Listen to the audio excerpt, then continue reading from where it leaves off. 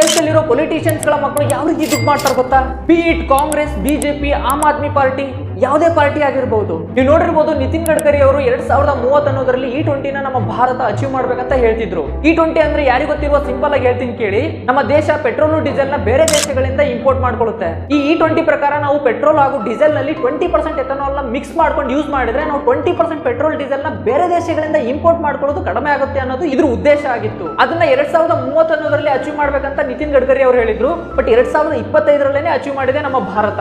ನೀವು ಕ್ವಶನ್ ಕೇಳಬಹುದು, ಈಗ ಇದಕ್ಕೂ ಪೊಲಿಟಿಷಿಯನ್ ಮಕ್ಕಳಿಗೂ ಏನ್ ಸಂಬಂಧ ಗುರು ಅಂತ.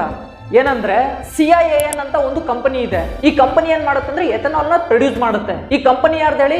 ನಿಖಿಲ್ ಗಡ್ಕರಿ ಅವ್ರದ್ದು, ನಿತಿನ್ ಗಡ್ಕರಿ ಅವರ ಮಗ.